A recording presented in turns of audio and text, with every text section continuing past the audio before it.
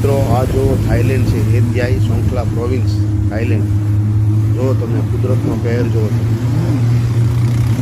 હવે તો માનો છો ને કે ભગવાન છે. ઘણા લોકો નથી માનતા કે ભગવાન નથી. જોઈ લો તમે, તમારી નજર સમક્ષ જોઈ લો. કુદરત ધારે તે કરી શકે છે. આ કુદરતનો પ્રકોપ છે. આ લોકોની કેવી પરિસ્થિતિ હશે, શું હાલત હશે તમે જોવો.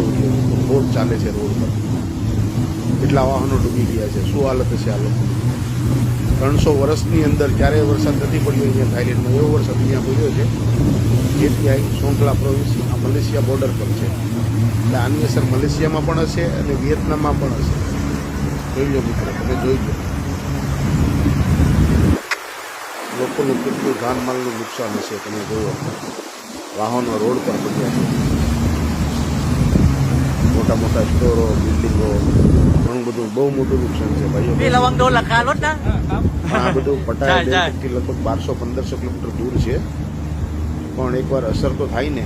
આ વિડીયો બનાવવાનું રીઝન એ જ છે કે બેંકોક પટાયામાં કોઈ આની અસર નથી, એટલે કોઈ ચિંતા નહીં કરતા. અને આ છે બધું ફુકેત બાજુ, ફુકેતથી ઉપર એથિયાઈ ડિસ્ટ્રિક્ટ છે. ડિસ્ટ્રિક્ટ સોંખલા પ્રોવિન્સ છે.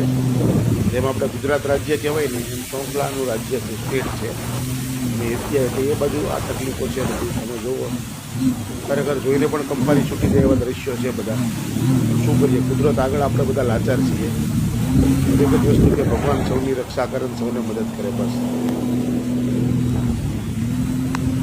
ये बैंकॉक पटाया से 1200 किलोमीटर दूर है एथियाई सोंखला प्रोविंस थाईलैंड. ये बैंकॉक पटाया नहीं है तो ध्यान रखिएगा. बैंकॉक पटाया से बहुत दूर है, लेकिन बहुत बुरा हुआ है. भगवान बचाए सबको.